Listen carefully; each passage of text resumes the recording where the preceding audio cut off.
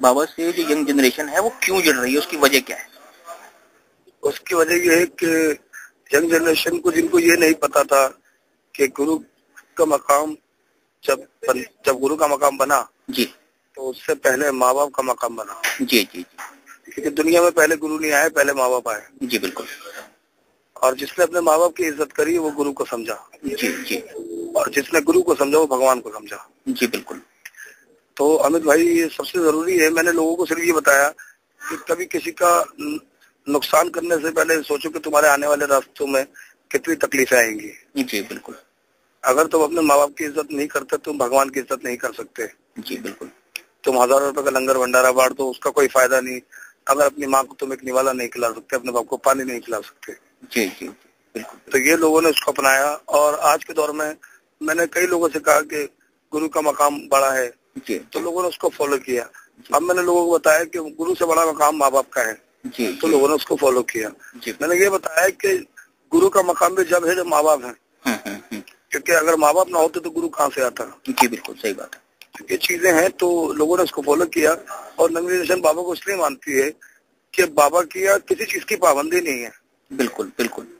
अब पाबंदी इसलिए नहीं है कि आप बाबा कहते हैं कि अगर तू कुछ भी बुरा काम करता है और करने के बाद अपने आप को शर्मिंदगी महसूस करता है, जी, मैं तुझे माफ कर देता हूँ। फिर तू बुरा काम करता है, फिर मैं तुझे माफ कर देता हूँ। लेकिन एक काम ऐसा बुरा है जिसे मैं कभी माफ नहीं करता जी, और वो गुनाह है माँ बाप का दिल दुखाना। जी बिल्कुल। समझे? जी जी जी, तो ये चीजें हैं जो लोगों को मैंने बताई हैं। आप जब सवाल मुझसे कर रहे हैं, जी जी, मैं आपका सवाल का जवाब वही दूंगा जिसमें भगवान राजी हो। भगवान यानी खुदा राजी हो। जी बिल्कुल, सीधी सी बात जी। साईं का जो मजहब है, क्या है। आपको ऐसा लगता है कि साईं जो है वो एक नए मजहब के तौर पे सामने आ रहे हैं? साईं एक मजहब नहीं है जी, साईं एक सबक है। जी जी जी बिल्कुल, बढ़िया। नॉट द मजहब। जी जी जी, मजहब कहते हैं रिलीजन्स को, जी बिल्कुल। क्योंकि रिलीजन्स बाबा नहीं है, जी, बाबा एक सबक है।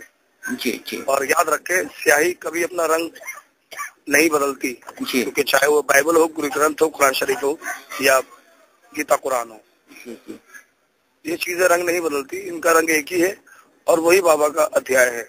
जी बिल्कुल, बढ़िया। क्योंकि बाबा कहते हैं जो तुम्हें दिखाई देता है तुम उसको पढ़ते हो, और जो तुम्हें महसूस होता है तुम उसको समझते नहीं हो। क्या बात, बढ़िया, बहुत बढ़िया।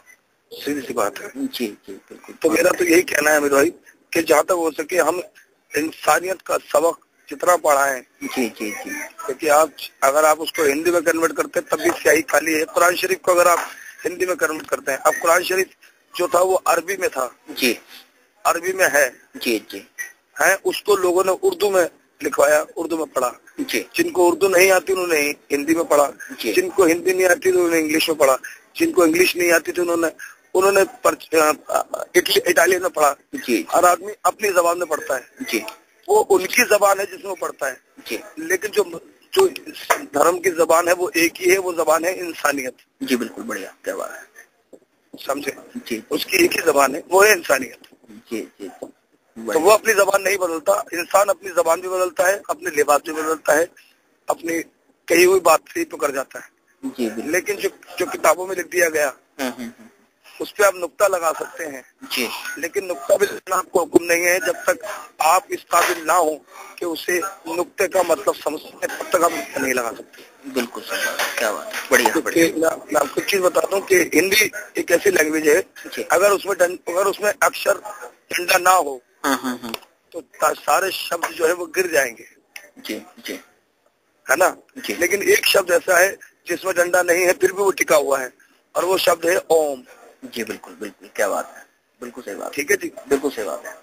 हाँ, आप कोई सा भी अक्षर लिखते हैं तो उसमें डंडा आता है। जी, लेकिन ओम में डंडा नहीं आता, यहाँ तक कि श्री तक में डंडा आता है। जी जी बिल्कुल, बिल्कुल सही बात है, बिल्कुल सही बात है। क्योंकि वो जो है एक अध्याय है जिसने तुम्हें पकड़ रखा है। अगर वो छोड़ देगा तो तुम सब नीचे गिर जाओगे, क्योंकि वो ओम है, उसी ने तुम्हें पकड़ रखा है। ओम यानी अल्लाह, अल्लाह के नाम में भी नहीं है। जी बिल्कुल बिल्कुल, क्या बात है, क्या बात है, बहुत बढ़िया। याद रखे, नबी के नाम में भी नुक्ता नहीं है। जी जी जी जी। और नुक्ता अगर है, अल्लाह के नाम में नुक्ता है तो वो भी एक मैसेज है कि जो चीज ऊपर बैठी है जी, वो ऊपर भी बैठी है, वो नीचे भी है, कि वहाँ भी खुदा है, यहाँ भी खुदा है। न तू उससे जुदा है न वो तुझसे जुदा है। क्या बात, वाह क्या बात, बढ़िया। तो हमें जी ऐसा है कि एक तो ये बात, दूसरी बात ये कि हम जब भी कोई भी नाम लेते हैं, हर हर महादेव जी जी, या जो भी हम बोलते हैं जी जी, नारे तकबीर, अल्लाह अकबर, अल्लाह अकबर जी, तो हर महादेव या अल्लाह अकबर का जो आंसर है वो लोगों को समझ में आने में थोड़ा वक्त तो लगेगा, लेकिन जब वो जहन में आ जाएगा ना तो उनको, अब ये देखे ना कि अब जो हमारी नजर है वो जहाँ तक जाती है हमें वहीं तक रोशनी नजर आती है। बिल्कुल सही बात है। उसके आगे जो रोशनी है वो तो वही जानता है जिसने बनाई है। जी बिल्कुल सही बात है, बिल्कुल सही बात। हम तो वहीं तक देखें जहाँ तक हमें रोशनी नजर आ रही है। जी जी जी, उसके आगे हमें अंधेरा नजर आएगा, लेकिन अंधेरे के आगे भी एक रोशनी है। जी जी जी, जो असल रोशनी है वो अंधेरे के आगे ही है, क्योंकि अंधेरा रोशनी से ही निकलता है और रोशनी भी अंधेरे से निकलती है। ना रोशनी अंधेरे से जुदा है, ना अंधेरा रोशनी से जुदा है। क्या बात है, बढ़िया बढ़िया, बहुत बढ़िया। तो ये चीज है। बिल्कुल बिल्कुल भैया। Okay sir,